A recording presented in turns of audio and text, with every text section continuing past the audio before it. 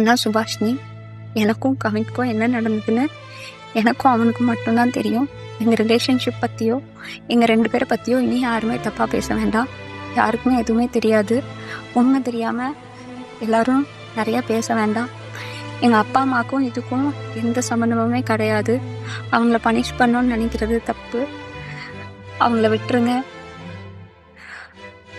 இவ்வளோ சுச்சுவேஷனில் எல்லாரும் அவங்கவுங்களுக்கு என்ன தோணுதோ அது எல்லாமே பேசிட்டீங்க. நானும் கவினும் ரொம்ப ட்ரூவாக லவ் பண்ணோம். கொஞ்சம் செட்டில் ஆக டைம் தேவைப்பட்டுச்சு. மே 30 அப்போ வந்துட்டு சுஜித்தும் கவினும் பேசிக்கிட்டாங்க. அப்போ அந்த டைமுக்கு வந்துட்டு அப்பா கிட்ட சுஜித் சொல்லிட்டான். அப்பா வந்துட்டு இந்த மாதிரி லவ் பண்ணுறியான்னு என்கிட்ட கேட்டப்ப, இல்லைப்பா நான் லவ் பண்ணல அப்படின்னு சொல்லிட்டேன். ஏன்னா கவின் என்கிட்ட டைம் கேட்டிருந்தான். இன்னொரு 6 months கழிச்சு சொல்லு ப்ளீஸ் அப்படின்னு சொல்லியிருந்தான். அதனால வந்துட்டு நான் வந்துட்டு அப்பா கிட்ட அன்னைக்கு சொல்லலை. அதுக்குள்ளே நெக்ஸ்ட் அப்கமிங் மந்த்துக்குள்ளே இப்படி ஆயிடுச்சு. 2 பேருக்குள்ளே என்ன கான்வர்சேஷன் போச்சுங்கிறது தெளிவாக தெரியாது. ஆனால் கவினுக்கு ஃபோன் பண்ணி சுஜித் வந்துட்டு பொண்ணு கேட்க வாங்க, இவ மேரேஜ் மூவ் பண்ணாதான் அடுத்து என்னோட ப்ரொஃபஷனை பார்க்க முடியும் அப்படின்னு சொன்னான். அப்படிங்கிறது எனக்கு தெரியும் கண்டிப்பாக.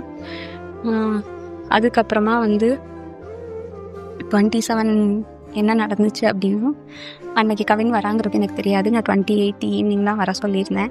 அவங்க தாத்தாக்கு தலையில் சூச்சர்ஸ் இருந்ததுனால நான் வந்துட்டு ரூம் பார்த்துட்டு அட்மிட் பண்ணணும்னு யோசிச்சிருந்தேன். அப்போ வந்துட்டு ஆஃப்டர்நூன் மங்கம்மாள் சாலைக்கிட்ட வந்து நின்றுட்டு தான் எனக்கு வந்துட்டு தெரியவே செய்யும் அவங்க வந்திருக்காங்கன்னு சொல்லிட்டு. ஸோ டேரெக்டாக அவங்கள நான் அங்கே ஐபிக்கு கூட்டிகிட்டு போயிட்டு கவின் உள்ளே வந்தான். பட் அவங்க அம்மாக்கிட்டையும் மாமாக்கிட்டையும் மட்டும்தான் நான் பேசிகிட்டு இருந்தேன். பேசிகிட்டே அப்படியே கவின் வெளியே போயிட்டான். அங்கேருந்து கிளம்புறப்பந்தான் அவங்க அம்மாவும் கிளம்புறப்பந்தான் கவின் எங்கே அப்படிங்கிறதே நாங்கள் யோசித்தோம். நான் ட்ரீட்மெண்ட் ப்ரொசீஜர்ஸ்லாம் எக்ஸ்பிளைன் பண்ணிட்டு இருந்தேன். அப்போ யோசிச்சுட்டு நான் வந்துட்டு சொன்னேன்.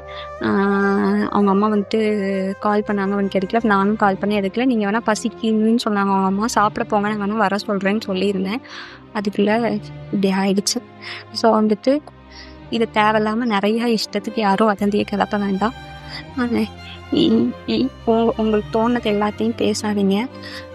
எங்கள் அப்பா அம்மாவுக்கு இதில் எந்த சம்மந்தமுமே கிடையாது, அவங்களுக்கு தெரியாது. இதை இதோட விட்டுருங்க.